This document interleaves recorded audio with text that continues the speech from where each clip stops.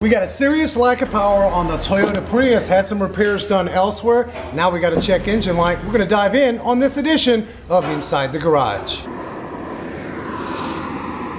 All right, this Toyota Prius has got some miles on it. It's got almost 300,000 miles on it.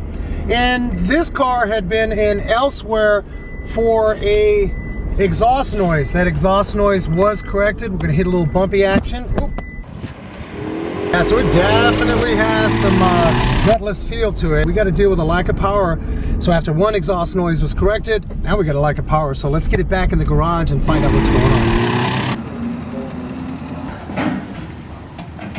on. So we definitely heard some noise on this road test, and we also felt that lack of power. So quick code pull with an easy scan reader, nothing too fancy, reveals that we got a P0420, which is a catalyst deficiency fault.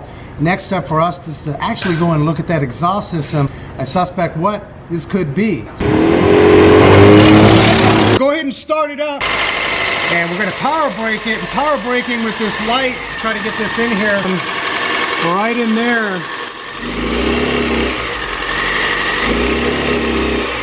And you can almost hear that sound. It's kind of bogging down, that lack of power sound. Go ahead. We can't get that fluttering that we heard on the test drive, but going about 35 miles an hour, we definitely can hear that fluttering. You can hear a little bit of that coming from the exhaust. Go ahead and shut it off. What we've got further checking on this is that exhaust donut has actually been replaced. So they had an exhaust leak, they sealed it up, but now the system is nice and closed. So now that is going right through a defective catalytic converter. This catalytic converter was clogged. Let me back up to this and explain what actually happened. There's a cause and effect process. Here's a cutaway of a catalytic converter. That catalytic converter is inline. Think of a straw going from one end to the other. It's the same with your exhaust.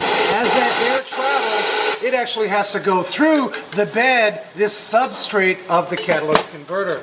That clogging comes from the actual substrate here, and you can see this. We saved some samples, and this is pretty nasty stuff. One of the reasons why it's expensive is because it has rhodium and palladium in it. So if you've got a check engine light on, get it taken care of sooner than later. Spark plugs, if they're worn and they're aged and they're not burning the fuel properly, that excessive fuel is going to go right through the exhaust and damage that catalytic converter. If you got fuel injectors that are not atomizing fuel and they're dumping fuel, that's excessive fuel, and that is also going to damage that catalytic converter. So there you have it on the Toyota Prius. We're going to put a fresh, spanking, brand new catalytic converter. And by the way, on catalytic converters, you really need to stick with the original equipment. It can cost you more money, but the aftermarket inexpensive catalytic converters don't have the volume of rhodium and palladium, and that could be a problem causing that check engine light to come back on. So appreciate you guys hanging with our channel. We're growing, people. If you like it, give it a thumbs up. If you didn't, of course, give it a thumbs down. And my fellow mechanics, as I always say, love to have you down on the comments if I missed anything.